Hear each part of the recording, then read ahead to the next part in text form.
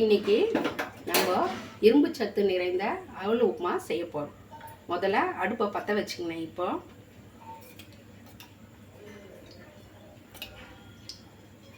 கொஞ்சம் எண்ணெய் நிறைய தான் ஊற்றிக்கணும், இல்லாட்டி நல்லா இருக்காது. ஒரு 3-4 ஸ்பூன் எண்ணெய் ஊற்றிக்கினேன். கடுகு போட்டுக்கலாம்.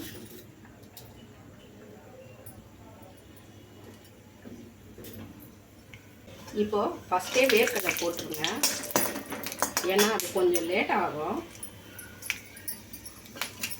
அதுக்கப்புறம் இது போட்டுக்கலாம். உளுத்தம்பருப்பு போடுங்க, தேவையான அளவு ஒரு டீஸ்பூன் போட்டுக்கேன். இப்போ வெங்காயம் போட்டுக்கலாம்.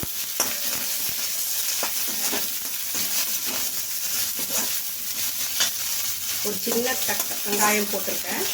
அடுத்தது தக்காளி, ஒரு அரை தக்காளி போட்டிருக்கேன்.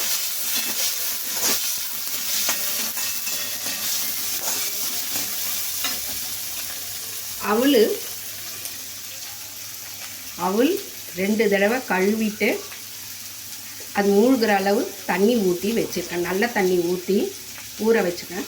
ஒரு 1/4 மணி நேரம் ஊறினா போதும்.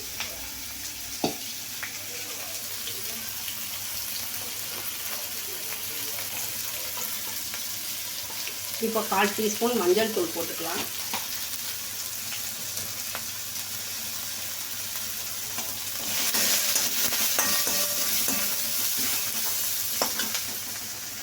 பச்சை மிளகா, காஞ்ச மிளகா நறுக்குனது போட்டுக்கோங்க.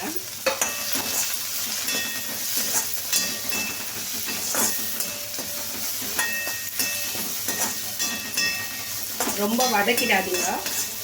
க்ரன்ச்சியாக இருக்கணும்னா ரொம்ப நேரம் வதக்க விடக்கூடாது. இப்போது ஊறின அவலை போட்டுடலாம். உதுத்துட்டு போட்டுக்கோங்க. இது பெங்களூரில் அவலுக்கி உப்புமான்னு ரொம்ப ஃபேமஸ்ஸு. அங்கே பசங்க டிஃபன் பாக்ஸ்லலாம் நிறைய இதே தாங்க எடுத்துகிட்டு வருவாங்க, இரும்பு சத்து நிறைந்ததுன்னு. இது ஆப்ஷனல் தான், வேணும்னா போட்டுக்கலாம். ஏற்கனவே காஞ்ச மிளகா, பச்சை மிளகா போட்டிருக்கோம். வேணும்னா இது போட்டுக்கோங்க, இல்லாட்டி ஒமிட் பண்ணாலும் பண்ணிக்கோங்க. இது ஒரு 1/4 டீஸ்பூன் வெறும் மிளகாத்தூள் போடுறேன்.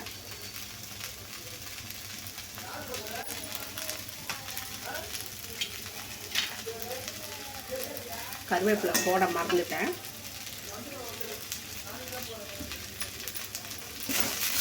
சின்னதில் வச்சுக்கோங்க. எண்ணெய் இதுக்கு சாதாரணமாக நீங்கள் அளவு பார்த்து ஊற்றக்கூடாது. எண்ணெய் இதுக்கு 1 ஸ்பூன் எக்ஸ்ட்ரா தான் ஊற்றணும். இப்போ தேவையான அளவு உப்பு போட்டுக்கோங்க.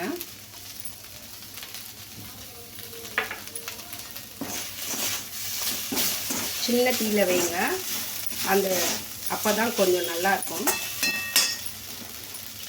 இப்போ ஒரு 2 நிமிஷம் வதக்கினா போதும். இப்போது தேங்காய் போட்டு, துருவின தேங்காய், கொத்தமல்லி இலைகள் போட்டு 2 கலரிட்டு இறக்கிட வேண்டியதுதான். 5 மினிட்ஸில் ரெடி ஆகிடும். எல்லாம் ரெடி பண்ணி வச்சுக்கோங்கன்னா டக்குன்னு பசங்களுக்கு செஞ்சு கொடுத்துடலாம். ஸ்ட்ரென்த்தும் கூட.